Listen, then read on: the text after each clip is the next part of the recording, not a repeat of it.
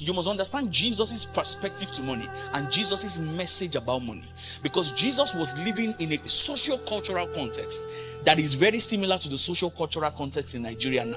One of the similarities is that there was a massive wealth gap. In Nigeria today, the 5 richest Nigerians combined have more wealth than 60% of the population. Similarly, in ancient Israel, historians have estimated that 2 to 3% of the elite controlled most of the land and trade throughout Israel. In fact, one of the things that we are facing is that there is an eradication of the middle class. The taxation that Rome was putting on Israel at the time was up to 30 to 40% of agricultural yield.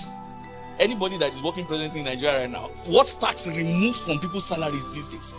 In Israel at the time, there was financial hypocrisy among religious leaders. Pastors are rich and their members are broke. Jesus' message to people that didn't have enough was not to tell them that next week there will be breakthrough, because that's what we want. But Jesus' message was financial stewardship.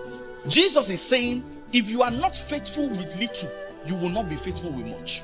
Your focus should be the faithfulness in the little that you have than the pursuit of more. Nigerian politicians, they are asking them about how they spent Nigeria's money, and they now start saying more lights. Please, fan, I'm fainting. This guy is not faithful in little. You have to be a steward of what I own before you become a steward of what we own. In the midst of slavery, Jesus is saying that it is bad Christianity that you are given a job to do and you are not faithful in doing it. If you are not faithful in another man's business, who will commit unto you? They tell you to come around by 4. You stroll in by 4:30 and you sit down and Jesus is watching you and you keep crying, Lord, more prosperity, and Jesus saying you will stay there, you will be broke. Our own view of money is, Lord, I need a breakthrough, and Jesus is saying, in that place where you are an intern, stay there and be faithful. If you are faithful there, God will commit you. What happened a few years ago was that the doctrine of entrepreneurship entered the church. Nobody wants to work for anybody. Everybody is a CEO. I know what you want is more money, but Jesus is saying maybe you don't really need more money.